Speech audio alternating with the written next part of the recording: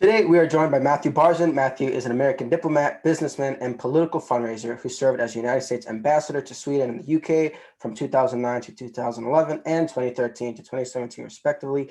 He's known for his work with CNET Networks, helping fund the company in the early 90s, for his fundraising work on Barack Obama's 2008 presidential campaign, strengthening U.S. and British relations, and of course, for his new book, The Power of Giving Away Power. Do that right up there. Matthew, thank you for being here. Hey, thanks for having me, Ryan. And thanks for having two copies of the book behind your left ear and right ear.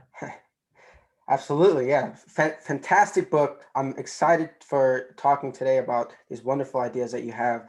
Just looking into you as well, like I know you're just more of like just consistently thinking of new ideas and being sort of a thought leader. So I'm truly excited for today's conversation. Excellent.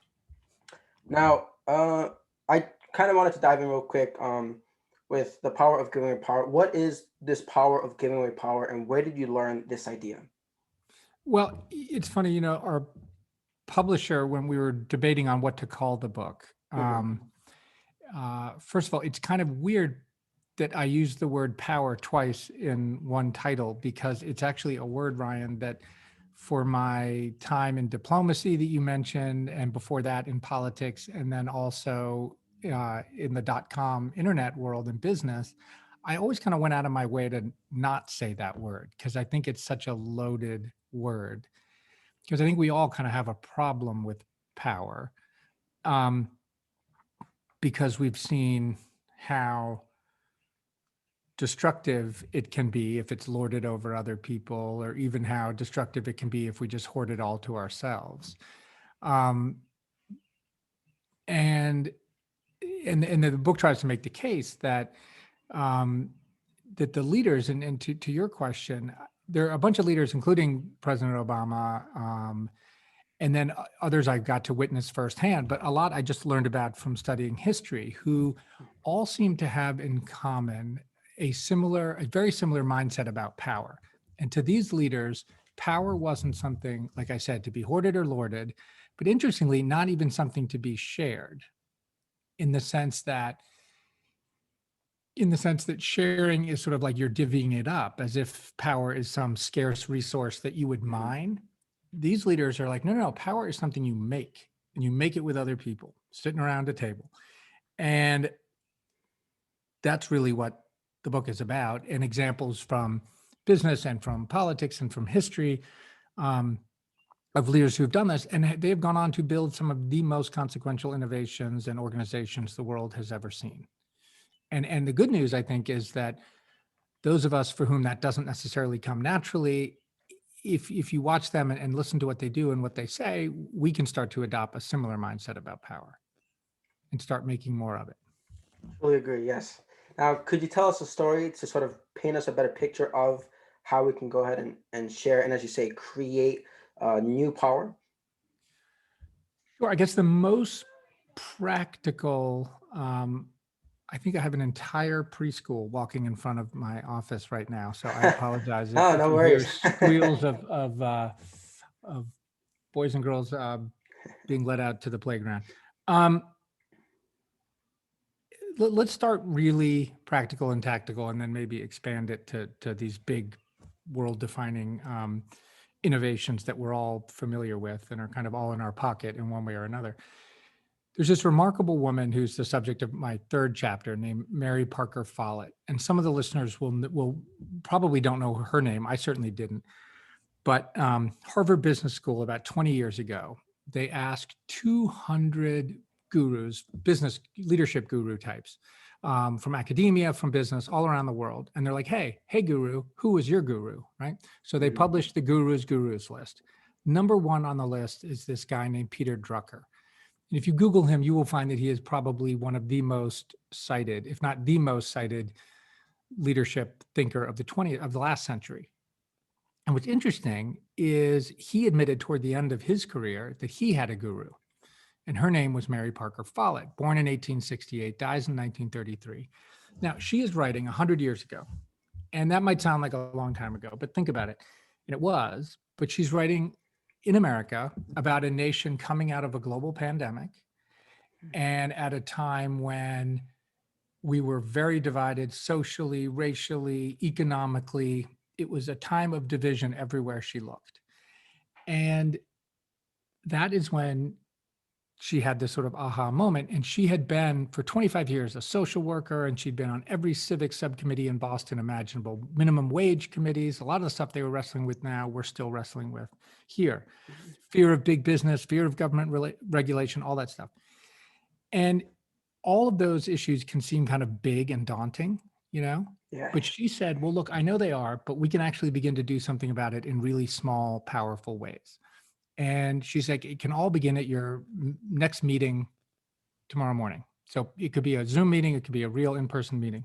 And she said, and this will be the end of my answer. She said, look, there are 4 possible outcomes of a meeting, but only one of them is good. Okay. So I'll give you the 3 bad ones and the 1 good one, according to Mary Follett. And I think she's right. Bad outcome number 1 is like you, Ryan, try to go win the meeting. Victory, right? Like you go into the meeting with an idea that you think is perfect and you try to convince everyone else. And she would say, well, why did you even invite anyone else to the meeting? I mean, what are you getting out of them if you're just trying to win? So that's bad outcome number 1. Bad outcome number 2 is the flip of it. You just acquiesce and you're just like, oh, I don't know, John or Jill seems super pushy. Let them do it. That's no better, right? Because you've denied the group a very unique perspective, namely your own. So bad outcome number 3, and this is where it gets tricky and a little controversial. She says, bad outcome number 3 is compromise. Now, we're often told that compromise is something we should shoot for in a meeting, but she said, no, compromise is just kind of little mini partial victories and mini partial acquiescences. At best, you leave that meeting with a partial victory, but you never leave with anything more than that, which kind of leads us to what she says is the only worthwhile outcome, which is co-creation. In other words, you, with that group and in that group and through that group, made something together. You might have made a determination, you may have made a physical product, you may have made a whiteboard drawing of whatever it is. You made it together. And when you make something with a group, magic happens. It may not feel like magic, but we all know the good feeling of a good meeting. And what is like, you're part of it. You contribute something to it, but you didn't come into that meeting knowing what would come out of it. And that thing you made together is always part of you, and you were always part of it. But you haven't diminished yourself. You haven't given up your identity in that project. In fact, you leave that meeting enhanced, and so does everyone else. And that's what she thinks is how you can actually make and create power together. Yeah, definitely. And you have a quote in the book too. It's like, one doesn't simply win or lose at relationships. You just have to, it requires participation and involvement. So just as you stated there, right? Participating, allowing yourself to open up and be part of the group, allowing others to sort of be part of the group, to sort of develop that trust amongst the overall meeting or group or team. But it's hard, right? Because, and you know, it's sort of easy to point fingers outwards. Like, let's say you work at a big company that's kind of top down or bureaucratic or something. It's so easy to think that the problem is kind of out there in the company or out there in government, local government, or our national government. But one of the other leaders that I profile in the book, this amazing guy, Dee Hock, who started the largest commercial organization in the history of the world, which is probably in your pocket, it's Visa.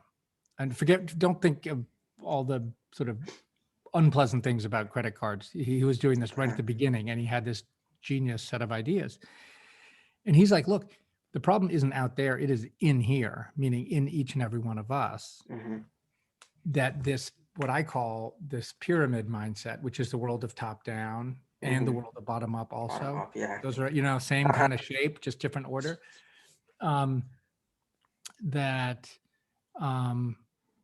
isn't just out there in organizations, it's in us. And the little test that I do, and your listeners can try this. If you get, you know, I'll keep the math simple, get 10 people gathered, you could do it with 3.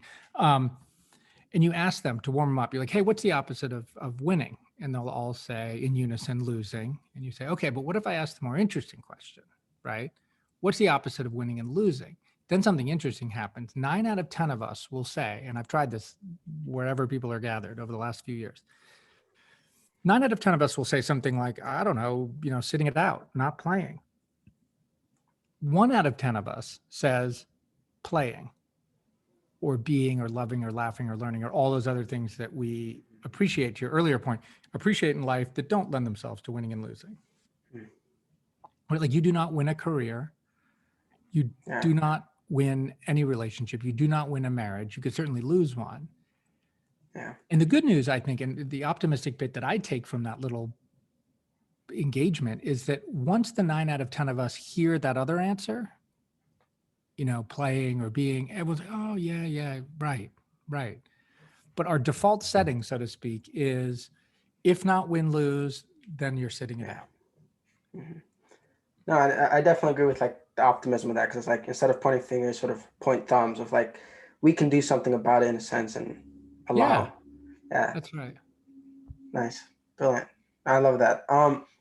Now you also talk about the relationships and sort of the special relationships. I was wondering if you could go ahead and share on that just a little bit. That one's trickier in audio, but I'll try. Okay. Just because, you know, in the book, I do these little whiteboard drawings, which help me anyway think about it, but I'll do my best. But so the phrase special relationship was coined by Winston Churchill way back in 1946, talking about the relationship between the United States and the United Kingdom, and not just like the prime minister and the president. He was actually talked about millions of special relationships that exist between parents and farmers and just all these cultural and social and all sorts of links. And he thought there was a real strength in those kind of relationships, in contrast to what he was speaking about way back then, which was what was the Iron Curtain, which was this kind of monolithic, top-down Stalin plan for Europe, without getting too mired into that. But anyway, the phrase had become over those years a bit of a cliche. And what I mean by that is like, if you said it, and when I was ambassador over there, I would say it. And if I said it to a room of 100 people, half the people would just roll their eyes cynically, like, oh, this is so stupid, you know? And then the other half would sort of eagerly nod their heads like, oh yeah, we're fans of the special relationship. But in neither case, Ryan, was anyone really thinking, right? It was just knee jerk, either roll your eyes or nod your head. And I wanted to kind of get more uncomfortable. And it's like, well, let's talk like special relationship. Let's unpack that. So then I did one of those 2x2 grids, if you know, like, I'm making like north, across, south, east, west, across kind of thing. So you get these 4 quadrants, right? And I was like, well, what's the opposite of special? And so I was like, let's just call it, for the sake of this exercise, routine. So special is kind of like unique. Routine is routine. Yeah. And then what's the opposite of relationship? And that's about people. Let's say transaction, which is about things. So the opposite of a special relationship defined that way would be a routine transaction. And think about all the ways in which technology has helped us turn many things, and you're younger than I am, but in my day, like many things that used to be kind of filled with friction, which are these other quadrants like routine relationships and special transactions. Like if you have to fill out the form at the doctor's office for like the 8th time, even though you've already filled it in, that's that special transaction. You're just annoyed. And so what we want to do is we just want to like automate it and replicate it and automate it and replicate it, push everything to that lower left-hand quadrant of routine transactions, which is totally understandable. We all do it. And to pick a trivial example, social media platforms can, with absolutely no effort on your part, wish anyone you've ever met a happy birthday. Like you don't have to remember their birthday. It will know their birthday and just do it. So it is a routine transaction, but put yourself on the other side of that. Like how many sort of feel good points does it give you to be, you know, it's a machine wishing you a happy birthday, not really the other person. Imagine how more impactful if someone 2 days late was like, Ryan, I'm so sorry. I missed your birthday, man. You know, sorry. That would be real. Yeah. And you would value it, I would guess, higher than the automated, you know, champagne popping and confetti automated one. So that's all to say that the routine transactions are friction free, right? And that's why we like it. But there's a cost and a catch to that because no energy lives there. And so if you go back to that upper right-hand quadrant to special relationships, friction lives there, but it's fruitful friction if we're smart about it. And that's back to Mary Parker Follett. That's when you sit around a group, you're trying to make something together. The only way you make something interesting is if there's friction.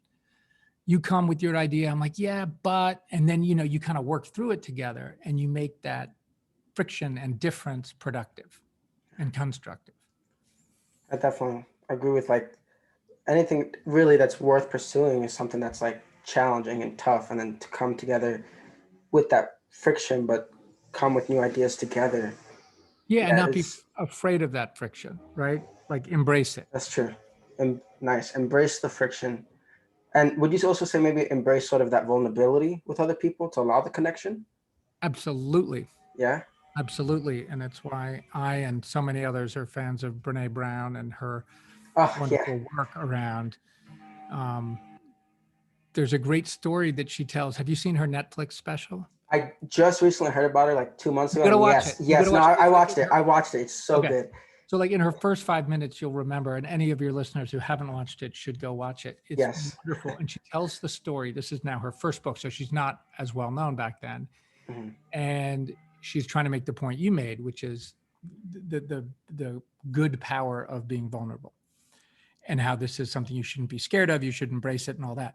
Mm-hmm. And so the publisher brings her various book covers to consider for this big book she's about to write. Mm-hmm. And one of them is like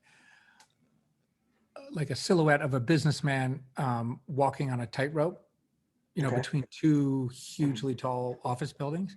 And the other one is of a woman on a surfboard about to get eaten by a shark from underneath. And she thought, oh my goodness, did you even skim the book? Like both of those images are terrifying and unbelievably risky. And like, you're about to die.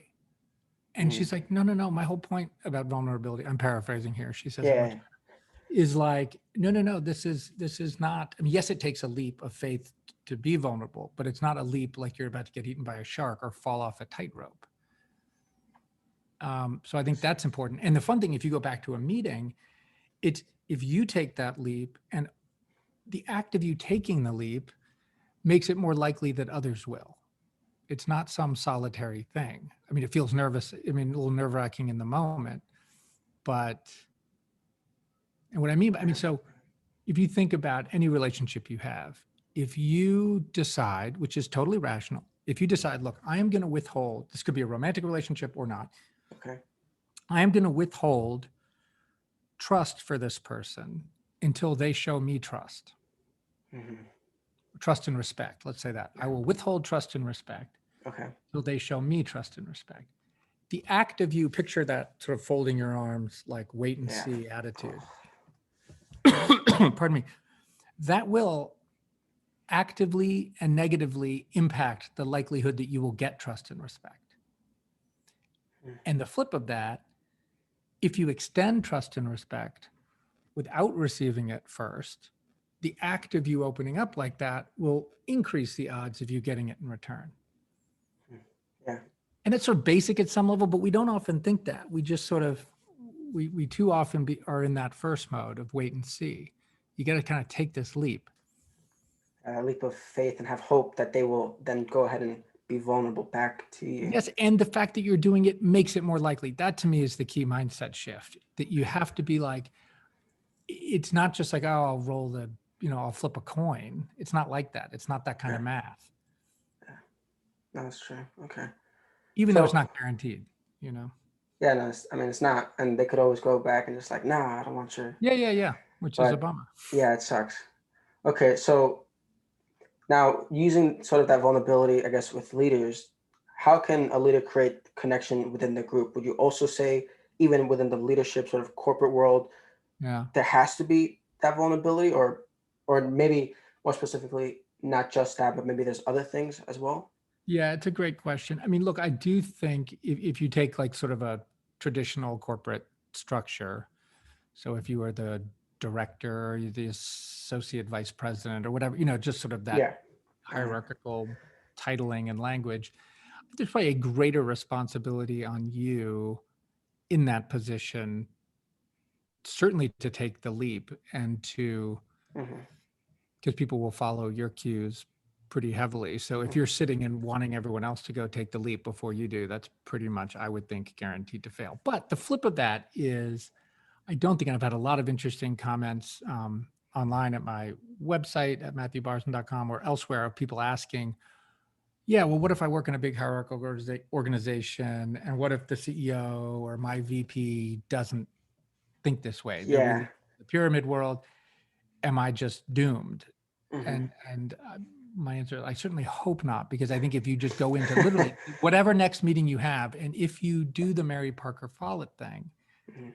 and if I had to summarize it, because I kind of cut myself off, back to that, the only good outcome is co-creation. The mindset we should bring in to the next meeting we have is three things. Expect to be needed, right? Bring your truth, bring your full self. Number two, expect to need others. And number three, and this is the most important, expect to be changed.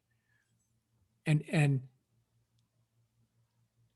so, because if you have made something with other people, you are not, sort of very literally, you are not the same person anymore, because that thing Right. is not Yeah. part of you. And so bringing your full self, which was expectation number one, comes with this reciprocal obligation of number three, which is expect to leave that meeting just a little bit different than you came into it. And if you start repeating that pattern, you're getting more interesting every meeting you have, and so is everyone else in there. Okay. That makes sense. And with this, I mean, with the connection, I love how you also talk about like the importance of like other people in order to create a meeting, in order to create or support some sort of idea. And I really resonated with that too. I know I read an article you wrote, I think a couple years back as well, about needing people and connection to be sort of the electricity for the idea. I mean, part of I know, look at DevNation. the hat. Yeah, no. So part of DevNation, like the original creation of the logo was, well, I wanted to create, like, as you said, the typical logo of an idea is like a light bulb with electricity. But I was like, no, but that's not enough. Cause I was like, I think with an idea, it's important to come together. And originally when I was thinking of it, it was more of trying to get people's other side of perspectives. Like if I Yeah, have an idea and you have an idea that counters my idea, we need to come together. That way we can that's why create it's this beautiful. I spark. mean, I'm looking at it on your baseball hat, and it's lovely because it's vertical red. I think it's red and blue from, Yeah, red and blue. So the idea was two separate people coming together. yeah, which is beautiful. And that is energy and connection, right? And so the point in the book that you're referencing is that, if you text a friend like, hey, I got an idea, your smartphone will suggest the light bulb emoji, not your beautiful logo, but the just standard yellow one, Thank you.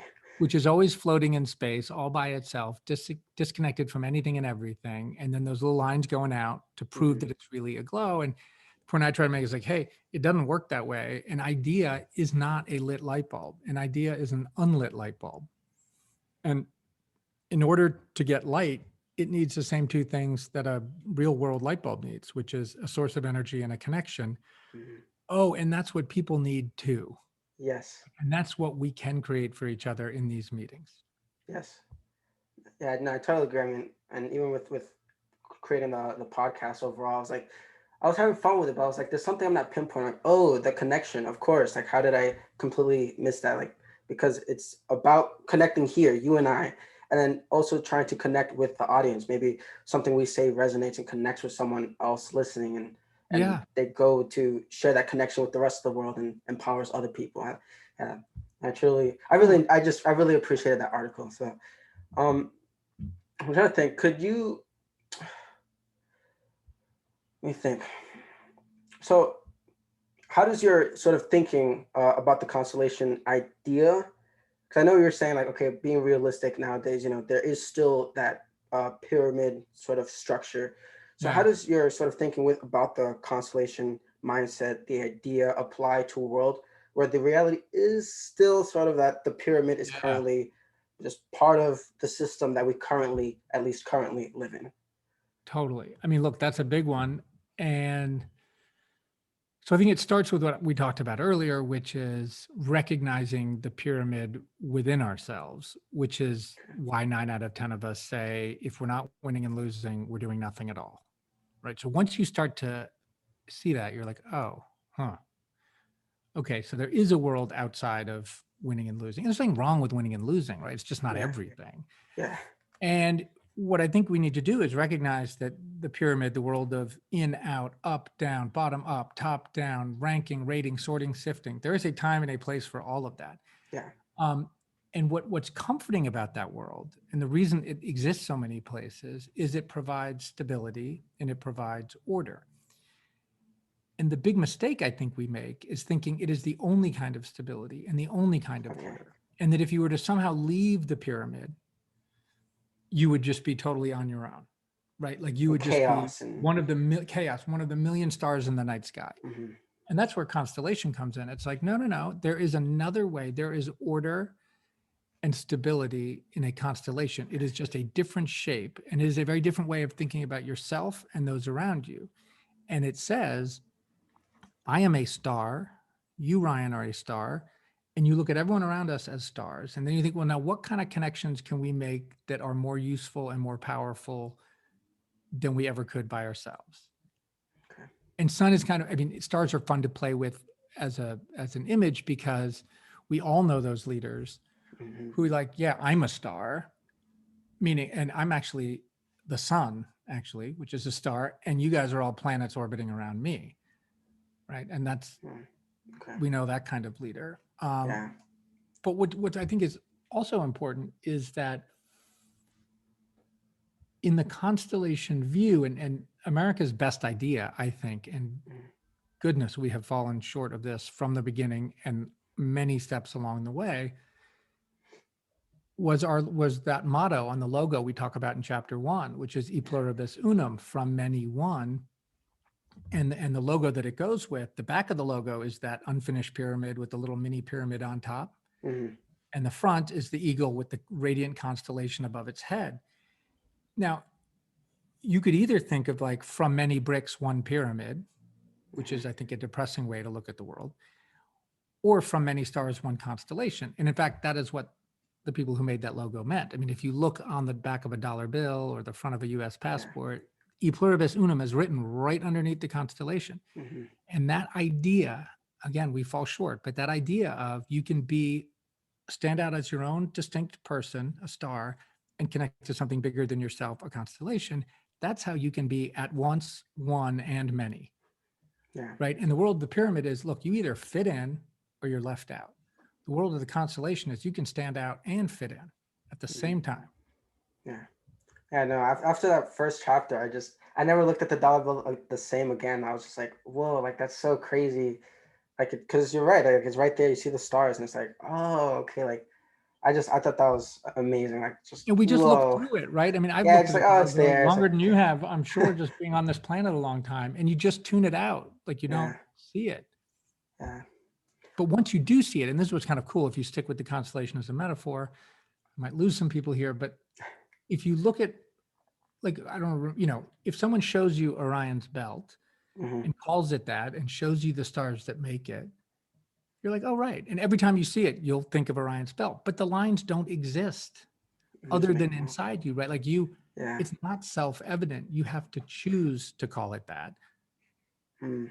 And you have to pass that on and tell That- someone else, right? And that's why I think the importance of trying to capture what these great leaders, some of whom are still very much alive, some of whom aren't, sort of capture what they were there to teach us and try to pass that on to the next generation. Yeah. Okay. Interesting. Yeah. I mean, it's really all mindset. It's crazy to think, but it's like, It's a mindset. That's it. because we all see Orion's belt too. Like, I'm pretty sure, right? Anywhere in the world, I'm pretty sure you could see Orion's belt. Is like, how do we each individually choose to interpret it with the mindset that we have? Yeah. And I don't know a lot about actual constellations. Someone gave me a book, Hmm. which is sitting right a few feet away from me, that I have to like dive into and learn more about. Hmm. Because some you can see from any place on Earth, and some are only in the Northern Hemisphere, whatever. Okay. Okay. But I think that is one you can see.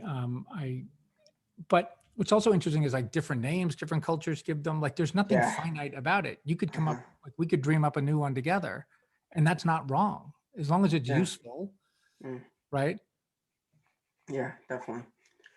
Now, in the book, you also talk about interdependence.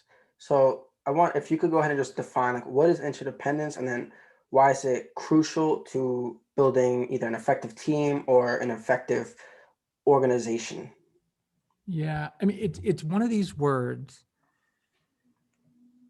that is hard. It's a loaded word, Hmm. right? And I've discovered this because I happen to really love the word because it means a lot of things to me. But I've discovered sort of the hard way, if you just say that right away, Hmm. um, it has associated with lots of people will be turned off by it because they think it just means it's sort of fatalistic, or like it's either like a big group hug, like a I don't know, like a bad middle school science project or something. And then um and I mean it, and Mary Follett and these other leaders in the book that who I've learned from and tell their stories, it's very much like an active verb. It isn't just like a passive state, like, oh, we're all connected, which is sort of like that's been said so often, it doesn't Yeah, have it's any like meaning anymore. cliche, It's just like, like yeah, empty. it's like, it's again, no thinking going on. So it's Yeah. like, maybe, maybe not. Who doesn't matter? Hmm. Like, but the way, I guess the way I would, if we go back to the very tactical and practical, like our next Monday morning meeting and the act of making something with another group of people, that is interdependence. Or let me come at it another way. Here's a set of words that are less likely for misinterpretation and cliche prejudgment. Okay. This is not in the book. I sort of wish it was, but um, here's a little. You will get this answer right, so it's not a quiz. But two cars in a parking lot. This is American, but you could. Okay, so two cars in a parking lot. You have to guess which is the Democrats' car and which is the Republicans' car. Okay. Okay. Um, and they're identical cars. They each have only one bumper sticker, and that one bumper sticker only has one word on it. Okay. So car number one says freedom, and car number two says together. Right. Car Okay. number one, everyone is like, the freedom car is the Republican car, and the together car is the Democrat car, Yeah. which is, sort of quote the right answer. In my whole adult lifetime, I just turned 50, has been a fight between the freedom crowd and the together crowd, right? And I have seen it in my lifetime go more and more to the extreme. So the freedom instinct has, at its sort of extreme, is freedom from leave me alone, leave me totally alone. And in the COVID pandemic context, you can see that too. Like, Hmm. no, no, no. Now, the together instinct, followed in a similar way to its logical extreme, is um, just tell me what to do. It's almost like the herd and herd immunity. It's like, Yeah. at Okay. its most extreme, it's like no individualism, like we're all just one Yeah. big herd. And I think what we really want and what we really need, especially right now in our country, and I think around the world, but let's just talk about America. What we really need and what we really want is freedom together, right? It is not freedom from everything, and it is not total togetherness where you lose your identity Yeah. and it gets Individuality. absorbed into some collective. I don't think that's right at all. We want to be absolutely distinct and part of something bigger. And we will, in the COVID context, quite literally, we can only be free together. Like that's how we're going to get through this thing. And a constellation, again, as an image, is an image where you are, it's a free together kind of image. It's not like get in line and comply, um, fit in, do what you're told, or be left out. This gives all the good parts of freedom and all the good parts of together. And it isn't some mushy middle of the road compromise. It is an entirely new mindset and set of habits and behaviors that ought to go with that. Hmm. What do you think it's crucial for the collective to embrace that, as you said, interdependence and Well, freedom? and even the word collective, I think, that's sort of like a total togetherness word often. And these words are so tricky. Like network is a word I used to love because if you look at a constellation, it kind of looks Yeah, it's like network. like a You know what I network. mean? And so I love network diagrams. And whenever I Yes. did org charts in my .com days, like, by the way, if you try to make an org chart in like PowerPoint, literally choose org chart and then it gives you hierarchy. Like that is the default setting, literally. And then you do all the boxes that just go make a pyramid, a nice orderly pyramid with everyone in a box. So I am sort of allergic to pyramids, so I refuse to do that. So I would always make my own, and they'd be circles and they'd be connected in weird ways. So it would sort of look like a network. But that word, I think, I don't know if you agree, it's sort of become, I don't know, weirdly sort of like sharpened and dulled by sort of corporate overuse. It's like it's a noun, it's a verb, it's an adverb. It's like, hey, I'm gonna network at a networking event to build my network. It's just like exhausting. Yeah. And it's sort of like pyramid climbing, selfish language. And it's not what the word means to me, but it's been kind of, and so I think collective is a word like that, that Okay. feels like an amorphous blob where you get absorbed into it. It's kind of more like why I think people, and I, like I said, like herd immunity, I think is an important concept sort of medically, but just that imagery of a herd, like we do not want to feel like cattle. Yeah. That is not what we are. Like, I mean, don't treat people like cattle and don't ask people to conceive of themselves like cattle. Yeah. Or should you picture yourself all by yourself, all alone, because that is loneliness and alienation, and it's not what we really want. You can be, and Follett says this, you are most you with and through other people. That's the sort of, so your individuality is tied up with your relationships. So forget some big giant collect, not thousands, like people you actually know make you more of who you are. And at best can make you better and better as you keep changing, or you can get stuck in bad patterns and all that, but that's a different topic. Love it. Now, I wanted you to, if you could share just a little bit about just your experiences in your relationship with Barack Obama, with fundraising for him during the presidential campaign, and how you applied the constellations to go ahead and pretty much change political fundraising. Well, I'll tell you there was this moment, 2006. So he's not running for president yet, but he's about to be on the cover of Time magazine. And the cover of Time says, could this man be our next president or something? So it was kind of in the air if you followed politics. And he came to where I am now, which is my adopted hometown of Louisville, Kentucky.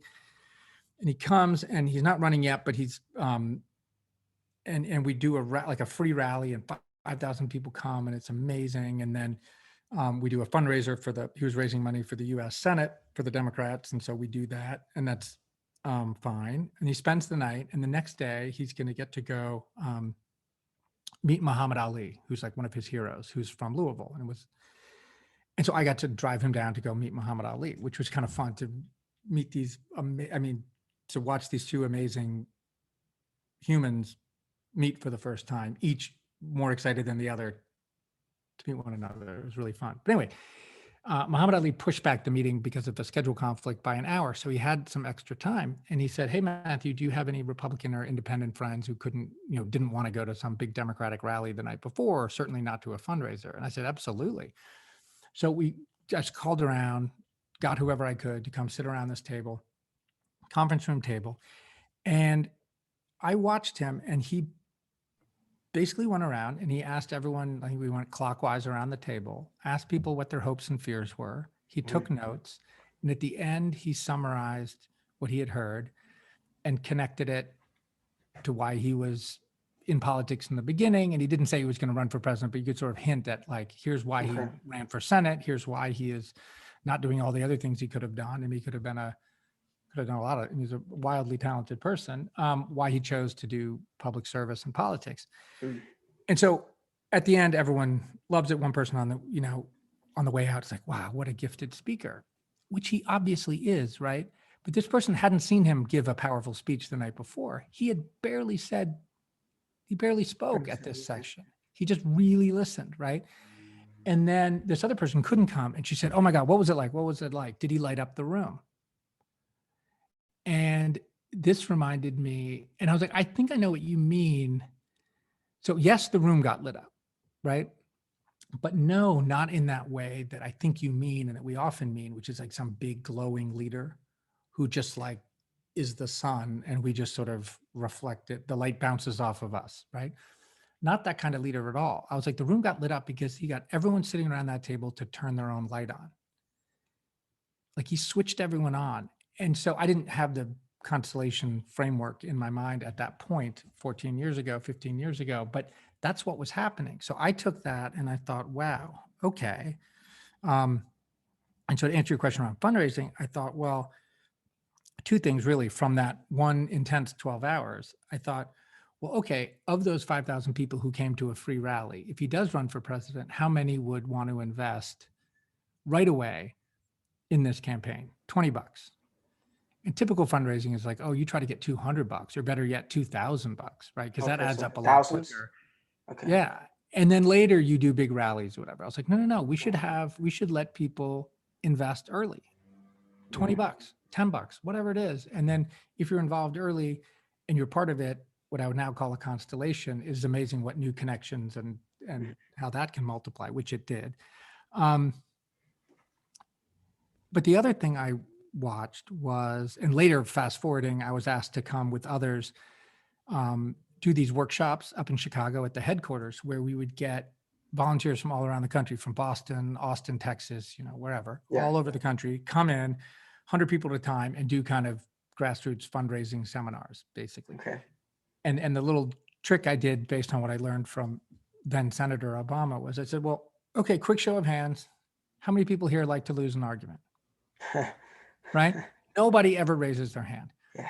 Yet, I tricked it. I mean, it's sort of a little bit of a trick because at the beginning of the session, I'd say, what do you want to come out of this day together? And everyone would basically say, I want to be armed with talking points to go back to Austin or Boston to go win the argument for why you should support Senator Obama over whoever he was running against, Hillary Clinton, Joe Biden, John Edwards, right? But then I was like, well, so no one likes to lose an argument. So why are we in the argument winning business?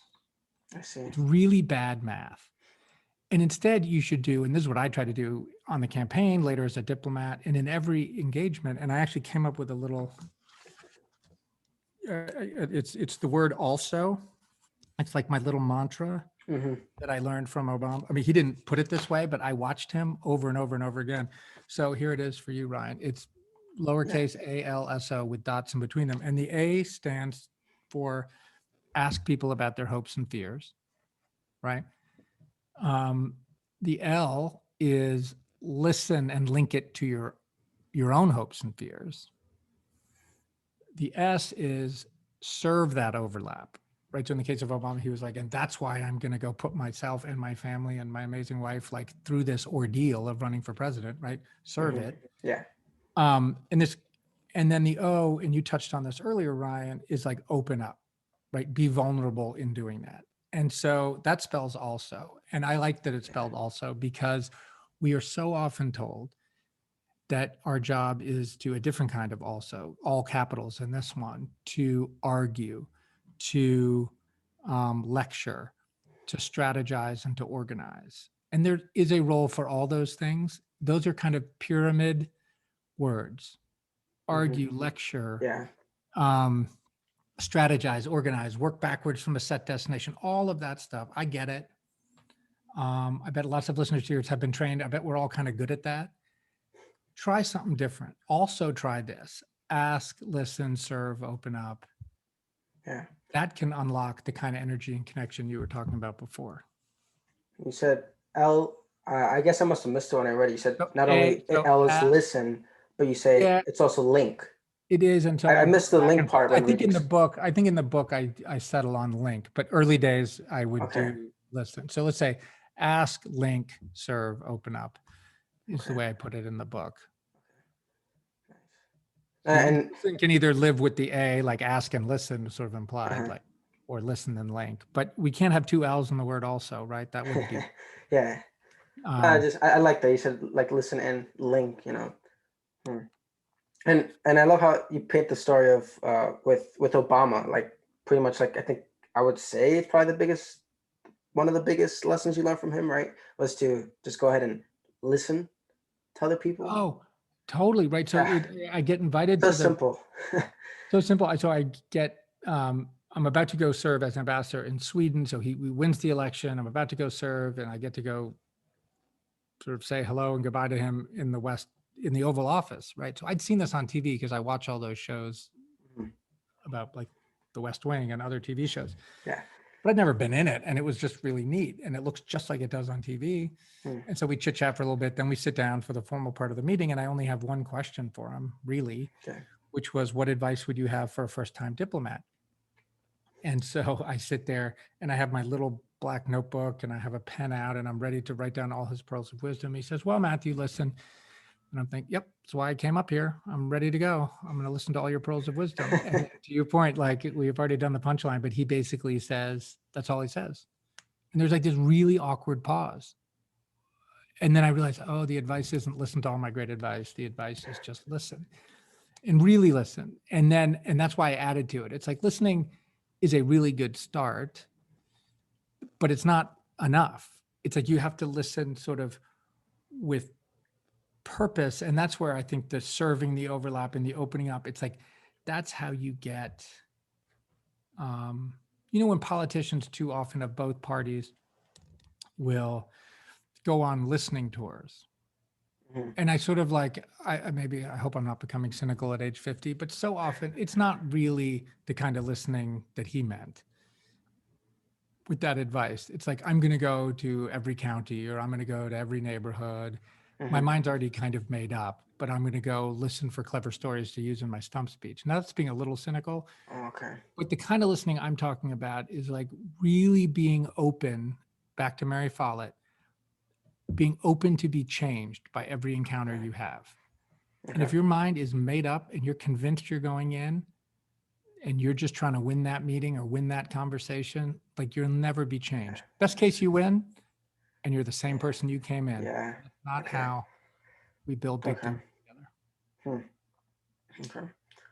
Um, and I love how, I mean, as you said, with your experience, like you're a diplomat, you've done politics, and you still mention how like pretending is very exhausting.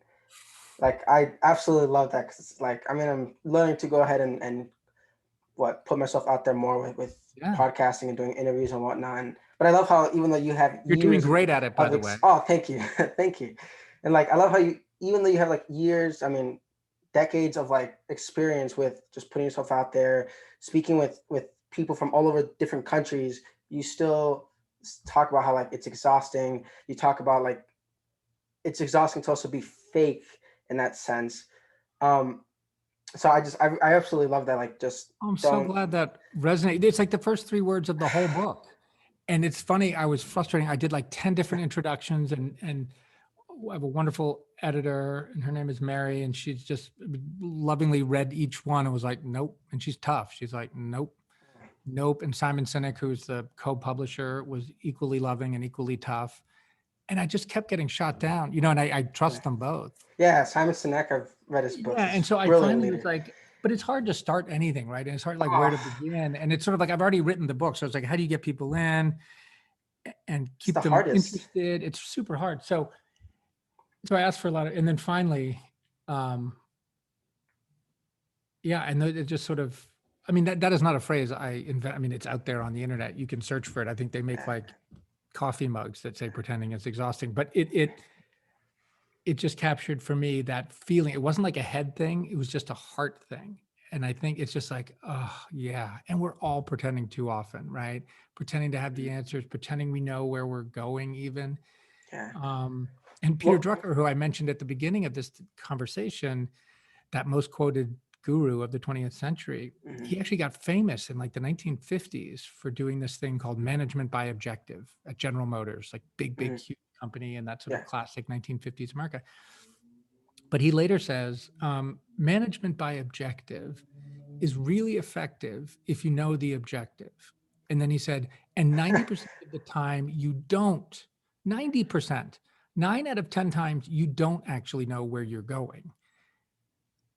And so that is kind of liberating. I mean, it can be like scary too, but if you Yeah. just embrace that uncertainty, like we don't know, like I See. don't know, you don't know, but we Okay. could figure this out together, Okay. I and see. the act of trying to work through it itself creates Okay. energy, power, connection, all that good stuff. I And see. that can, Yeah, you definitely answered my question. I was gonna ask, like, so how do you think we could like steer away from not pretending so much, or maybe even what the reason is for pretending so much instead of just being like genuine and authentic and like, yeah, well, I don't know that, but maybe you could share with me what you do know, like, well, okay. So maybe there's a good place to not end it. I hope we can keep the conversation going, but for this session, mhm.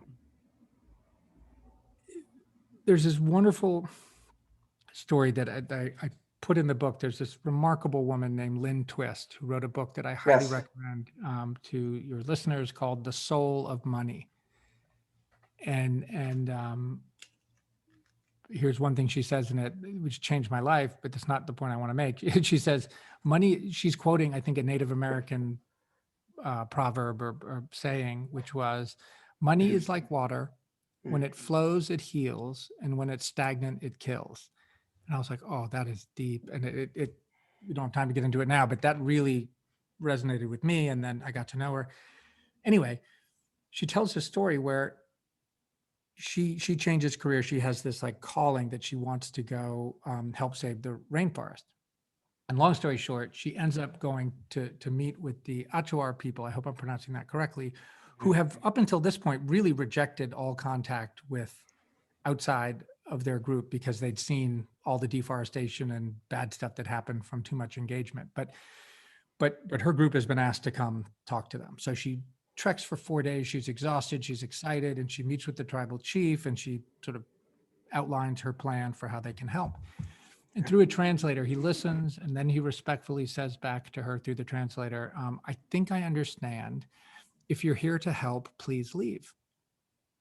Mhm. And you imagine her feeling. She's like, oh my goodness, I blew it. And then he goes on, though, and this is the beautiful part. He said, but if you're here because you think your liberation is inexorably tied up with our liberation, then stay. Let's figure out a way we might work together.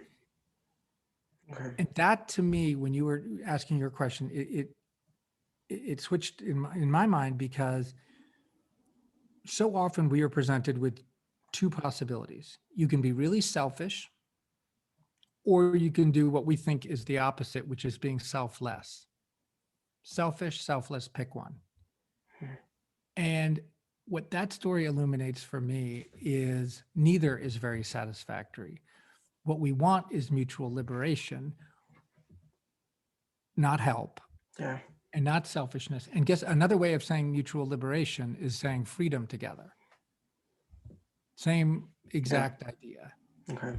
right? Which is we can't, and that's why I'm getting way off on a tangent, but Alcoholics Anonymous, which is this like the most impactful recovery platform the world has ever seen, Mhm. starts with a man who's in deep crisis back in the 1930s, deep crisis. And he's like, the only way I think I can heal myself is by helping heal someone else. Right. So he wasn't being selfish, and he wasn't being selfless. And that early pattern of helping yourself through and with by other helping others, that mutual Mhm. liberation, freedom together, that's Yeah. amazingly powerful. And Wow. it does take this leap of mindset, like you said. And that's really what the book's about. So I'm Yeah. so grateful that you invited me on to have this discussion. I love what you're building, and Thank I you. hope your listeners will engage with these ideas like you have, and let me know what they think and feel. We'll do, absolutely. I have one more, a quick one. Sure. I'm just curious as to what are you currently learning now? I am learning that, so the tagline, or the, what do you call it, subtitle of the book is How the Best Leaders Learn to Let Go. Mhm. And I was asked on another podcast, what is the area that you are least good at letting go of? And I had not been asked that before. And I thought to myself, but the answer came pretty quickly, which is parenting. So I'm the father, along with my amazing wife, of three amazing teenagers. And it is really hard. And my generation of parents is pretty bad about letting go. We were all raised in a much less hands-on. I mean, the notion of a helicopter parent did not exist when I was raised. And now every parent I know is somewhere on that helicopter. I mean, some are more helicoptery than others, but we all find it really hard to let go and let our children make the mistakes we all made. And so that's an area where I am trying to get better. So I start practicing what I'm advocating in the book in the realm of business and social and political affairs. I need to do that at home better than I do now. Well, thank you, Matthew. Thank you, Ryan. And I always try to ask, is there anything more I could do to just better serve you? Oh, that is such a lovely question to answer. No, you inviting me on to share these ideas is an incredible gift. And for that and for you, I am most grateful. Thank you, Matthew. Truly Cheers. appreciate your time. Take Keep in care, touch, okay?